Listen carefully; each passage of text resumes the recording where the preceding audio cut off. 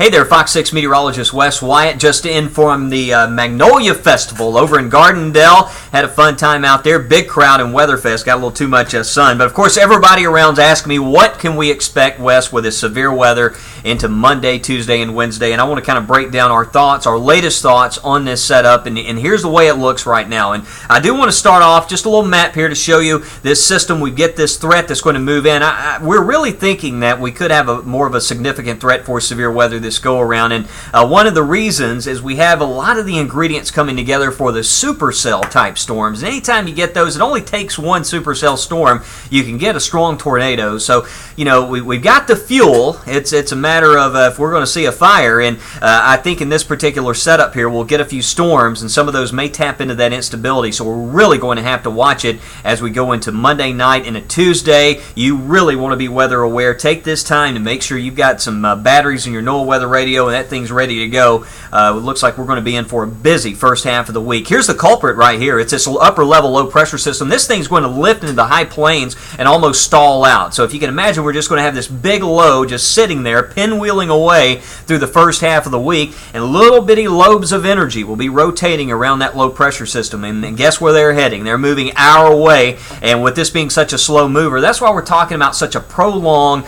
multiple severe weather threat type setup across our region. And that's going to be that's basically the culprit right there. Notice already something you don't see often, moderate risk for severe weather 3 days out. It's been a while since I've seen anything like this this close to home, and this is for Monday. And then just imagine that threat is going to be building eastward here. So let's take it frame by frame, and I'll tell you what, we're going to have some storms tomorrow afternoon, a few scattered storms. I really don't think any are going to be on the severe side. Could be maybe some hail in association with one or two of those. That's as a warm front moves in, but the severe weather risk starts going up on Monday. As we wake up Monday morning, we'll have a cluster of storms impacting us to the west and moving into western Alabama. These should be in a weakening state, but I can't rule out maybe a strong to severe storm with some strong wind gusts, something to watch. But here we go, 4 o'clock Monday. Notice that axis of storms there back across Mississippi.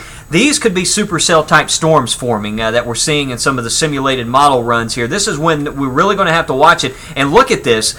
I've seen this set up before a lot of times. We get these little discrete storms, and they form into more of a what we call a quasi-linear complex of thunderstorms. And you see how they line up there across our northwestern counties, and it looks like what will probably happen here, just based on what I've seen before forecasting here in Alabama, we'll probably see this line just slowly move southward throughout the early morning hours on Tuesday, and we'll get little ripples or little storms forming along that line that could grow tornadic. And that's what we're going to have to watch closely. And then that's just based on what we're seeing here in the models. You can see how that slowly progresses on towards the south. It takes this a while to make that push southward. So as you can imagine, by 2 o'clock Tuesday, we're getting a lot of convective rains. We're going to have some flash flooding issues as well. And that's something I'm really concerned about as we get into Tuesday afternoon. Now, notice Tuesday, we're still seeing some very strong-looking returns here on the model. There is a chance the severe weather threat could flare up again during the day on Tuesday, but we may see that threat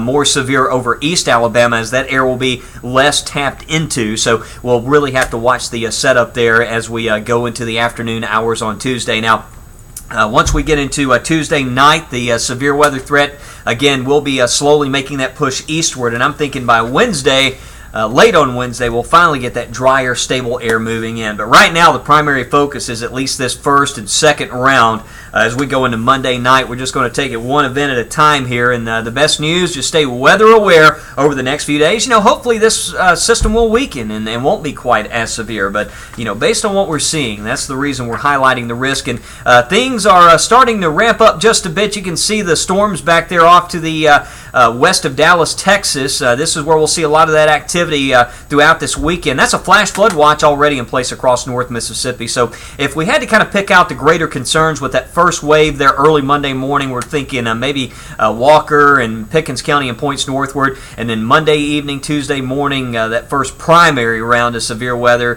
could impact especially those northern areas going into Monday night into early Tuesday. Now this is round number 3 here, Tuesday p.m. and into the evening. We may focus this more into East Alabama as we get some newer data. It's warm out there in the low 80s. Now, here's the thing, lows in the 60s out there. As we get into tomorrow, the moisture levels will start to increase, so we're going to get that muggy air in place. That strong south wind will be developing on Monday, so plenty of low-level instability. Very mild tonight, calm tonight.